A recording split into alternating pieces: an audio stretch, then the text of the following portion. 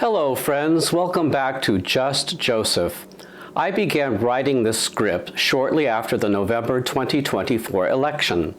The current status of this channel precludes me from uploading videos that run longer than 15 minutes. As I developed this script, it became clear that I could not limit what I wanted to say to one single video. So the following is the first installment of a trilogy entitled Monastery Manifesting. I hope you will watch all 3 videos in their entirety.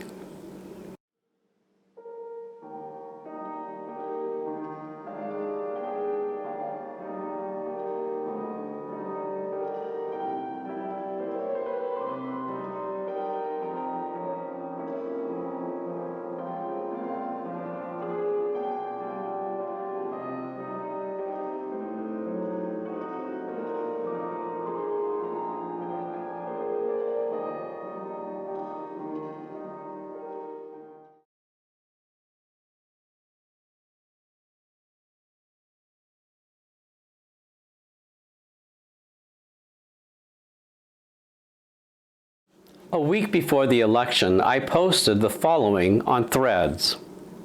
I'm not sure if this will help you with your election anxiety, but about 10 or so years ago, I told people that I was seeing a very tough time ahead for everyone, a time when many good people were going to suffer. The reaction I got was rolled eyes and disbelief. Then Trump and COVID happened. Over the past several months, I have experienced a profound peace about the future. Yes, I still have anxiety too, but in my quiet, prayerful moments, I see things differently. Calm, peace, joy. My post was interpreted as me being optimistic, but actually I was trying to offer encouragement arising from a personal experience, which I'm calling Monastery Manifesting. This concept may sound wacky, and it may surprise some of you to hear of it coming from me. It is a term that I just made up for this video trilogy to explain something passed on to me from a lifelong friend of mine who is a Colatine Poor Clare nun. I mentioned in a previous video that my friend is technically still in vows as a Poor Clare, but currently resides outside her monastery as an anonymous, elderly, unmarried, devout Catholic woman in the world. Her former community is Immaculate Heart Monastery in Los Altos Hills in Santa Clara County, California.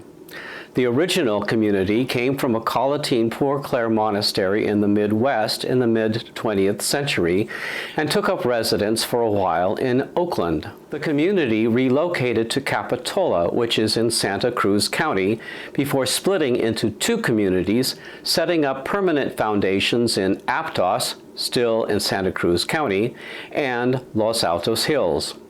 My friend was among the first young women to join the new community back in the early 1950s. In those days, before the Second Vatican Council, some of the physical requirements ordered by canon law for papal enclosure proved to be out of reach for this new community.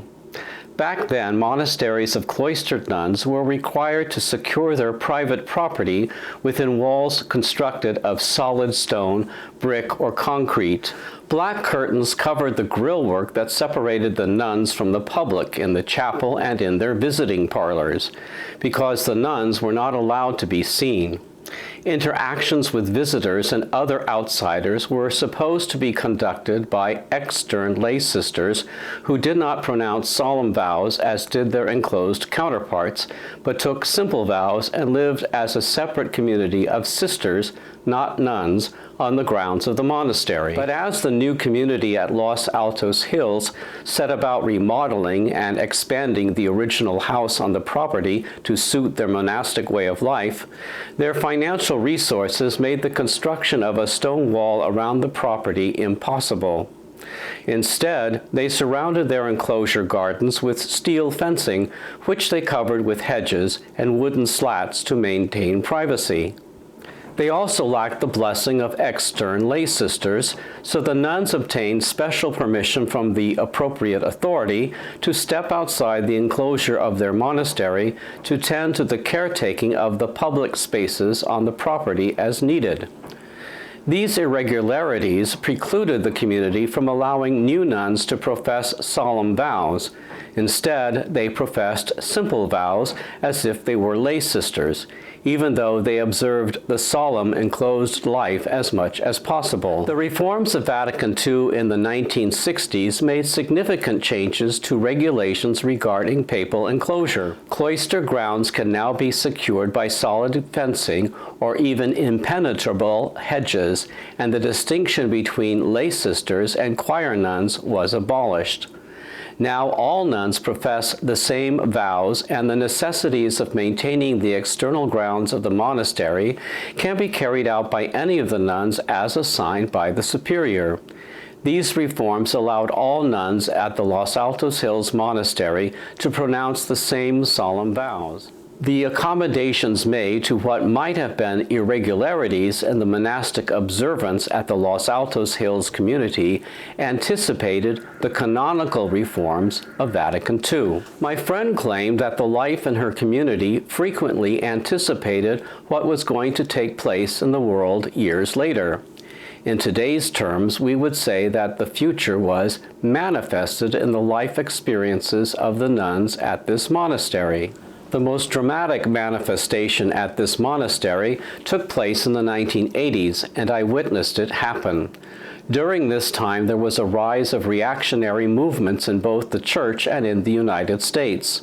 This cult-like adherence to a rigid neoconservative mindset found its way into the American Federation of Collatine Poor Clares and insinuated itself into the Los Altos Hills community. Mother Mary Frances, PCC of Roswell, New Mexico, was a popular writer and influencer at the time who had very little trouble getting in touch with the very conservative Cardinal Augustine Myers, who headed the Congregation for the Religious Life at the Vatican.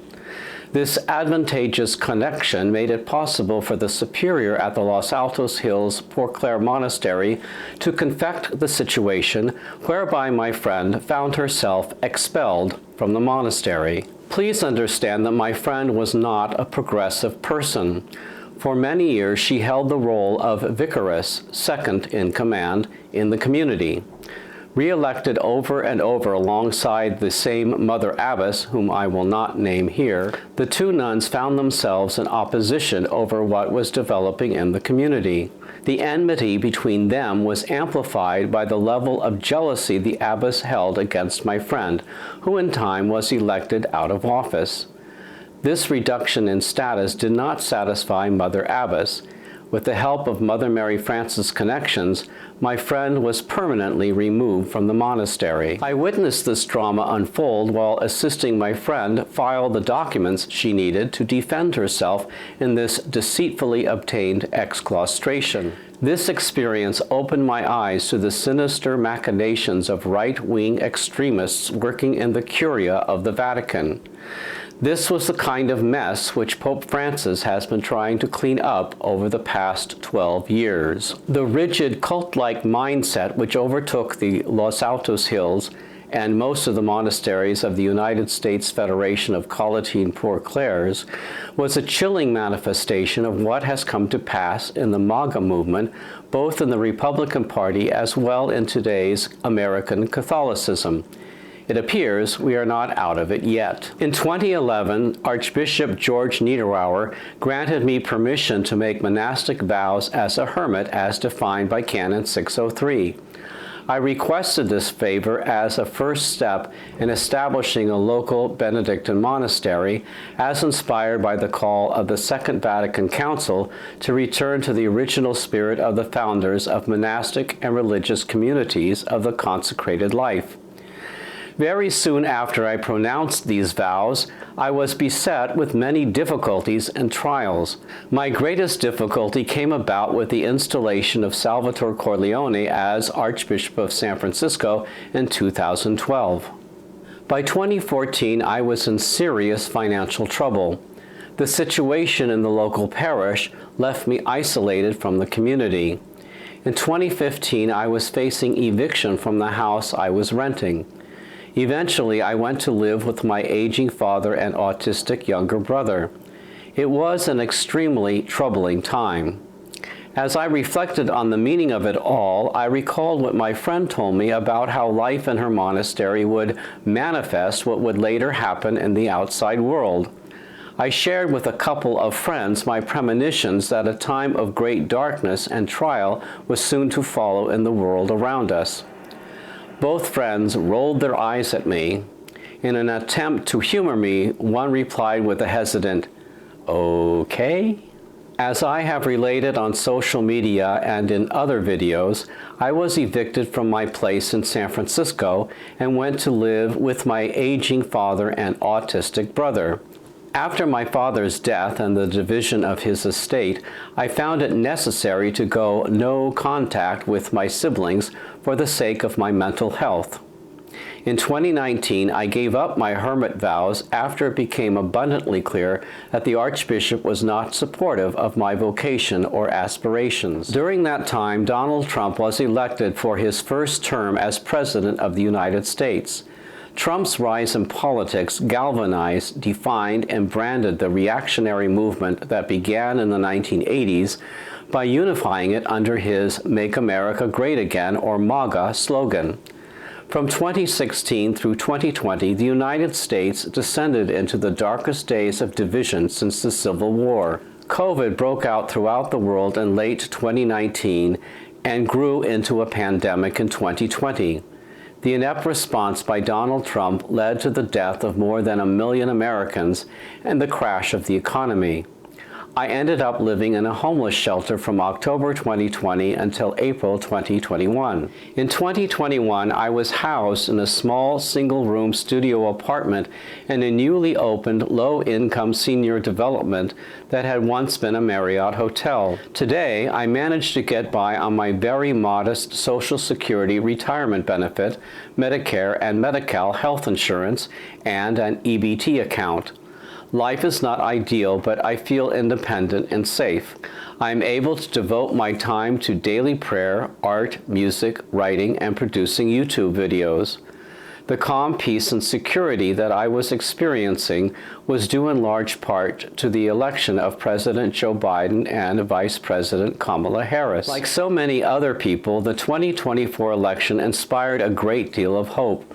The positive, optimistic message of the Harris-Walz campaign brought hope to so many, myself included. I was certain that my improved life was a manifestation of what was going to follow right after the election.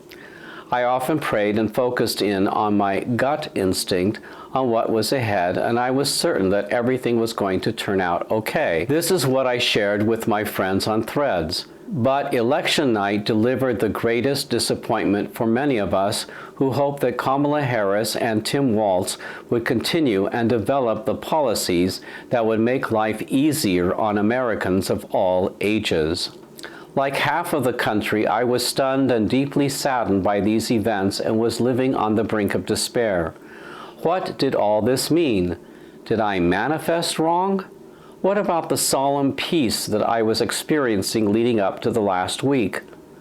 I have had a long time to reflect upon all this, and I do have some thoughts I would like to share. Please watch my next video where I reflect deeper on my manifestations and what I believe lies ahead.